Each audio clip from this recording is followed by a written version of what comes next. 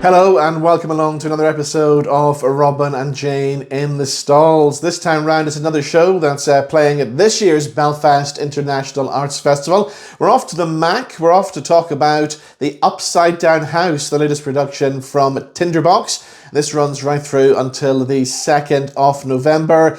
Jane, we were there and, well, this is something a little bit different, isn't it? It's a love story with a difference. It is a love story with a difference. It's a love story seen through the lens of memory, really.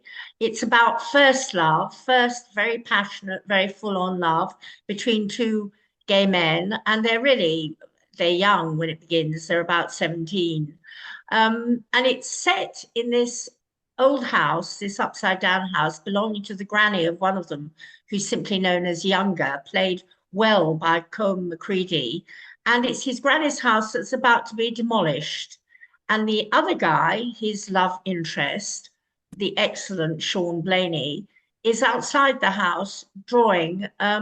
He's maybe, I don't know if he's an architect. I don't think we learn actually what he does, but he's observing what's going on. And then suddenly he's drawn into the house and into a kind of rabbit hole of memory. And this is very strong, I thought.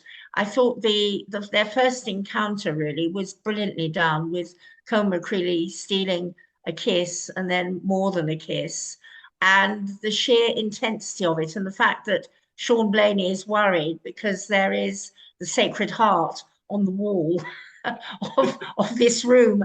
And there's a wonderful line in it where Colm Macready, Younger, says to Older, well, we're Catholics from West Belfast. We sense that somebody's always watching us, which I thought was brilliant. There was some humor in it. There's a lot of passion, and I think that's extremely well done. And I have to say, I think this play gets an award for its use of plastic sheeting. Yes, there's plenty of it, isn't there? Yeah. There's plenty of it, yes, shrouding this house, and they use it. They shimmy behind it. They nearly make love beneath it. They do all sorts of things with it. It's very impressive. Of course, it's there to represent the fact that this house is being torn down and all these memories are going to be lost forever in this house, which is something, and I know people, as I said, in West Belfast, and people there will remember the upside down houses. And a lot of memories. I mean, this is a play about memories. It's a play about looking back as well. And when we talk about the memories in this play, there's some great scenes where the writer uses flashbacks from old movies as well. Colm Macready's character does a lot of reenacting great lines from famous movies. And there's a lot of them at one point, and you're sitting there playing the game, Guess the Movie, which I think is a great part of the show. Yes, it is. He does the obvious one at the beginning, and he's appalled that Older, Sean Blaney, doesn't know the reference, and he does in accent very well. I have always depended on the kindness of strangers. and, and he doesn't know it's from Streetcar, of course, named Desire. There are lots of film references, which I think is very good. It is about the power of memory, and it's quite interesting. I mean, there's a lot of physicality in it, both affectionate, emotional, but also just clambering over the house as they try to escape this destruction. And in a way, it's the destruction of their affair, which was a while ago. I think also what was very good was the detail about the bully who stops Older, Sean Blaney, responding to Colm Macready, telling him he loves him, and he wasn't able to respond, and in fact he rejects him, a bit like Christ being rejected in a way, in front of this bully and this posse, Sean Pearce, who's named, and that was very well described. I mean, this is another two-hander, and we were talking about denouement, but they peopled the stage with other characters, I thought, and the granny herself, the owner of the house, and they did that rather well. They did. We must mention the two actors as well, because Sean Blaney, I think is fair to say, is one of our finest actors here in Northern Ireland.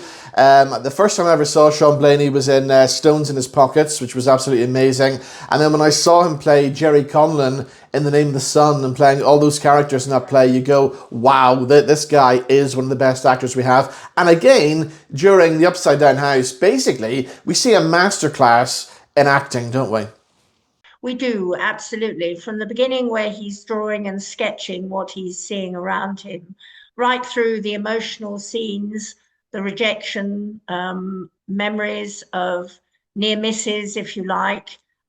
It is a masterclass in acting. I think that's well put. That's well summed up. Colin McCready as well, who's an actor that I haven't really seen too much of before. But again, this is somebody who deserves to go far as well. I mean, he played his character perfectly as well. And he has that really kind of mischievous little face that really added to this play, didn't he? Yes, he did. I mean, you could see the attraction because initially maybe you couldn't because Sean Blaney is extremely good looking as well, and Colm McCready is a little bit more homely, it's fair to say, but very attractive. But I think yes, that mischievous quality and the fact that he's so full of energy and quotes from films and accents and so on. He's like a ball of energy that you would want to be in his sphere, I think.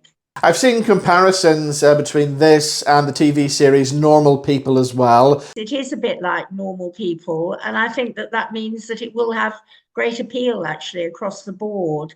But I think it's still quite brave. I know we accept all kinds of relationships now, but I think this portrayal of early gay love is actually quite brave in its way, and I think it did it very well, and it was pretty erotic really at times, and it was directed by Patrick J. O'Reilly for Tinderbox, and we know Tinderbox from their innovative work, often European, lots of different approaches to theatre, and I think this fits well within their catalogue actually.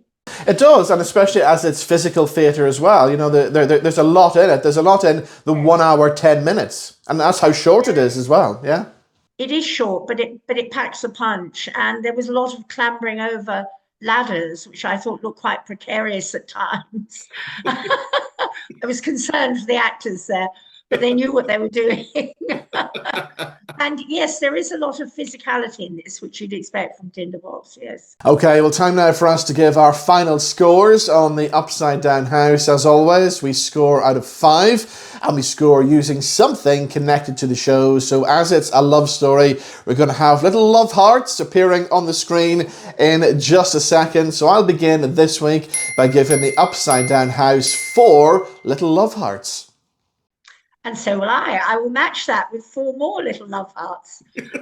So there we go. We're all feeling the love for the Upside Down House, which continues at the Mac through until the 2nd of November. If you've been to see it, let us know your thoughts. Do you agree with me and Jane? We'd love to know. Tell us over on our social media pages. And of course, thank you for watching. Thank you for listening. And we'll see you back in the Souls sometime very soon.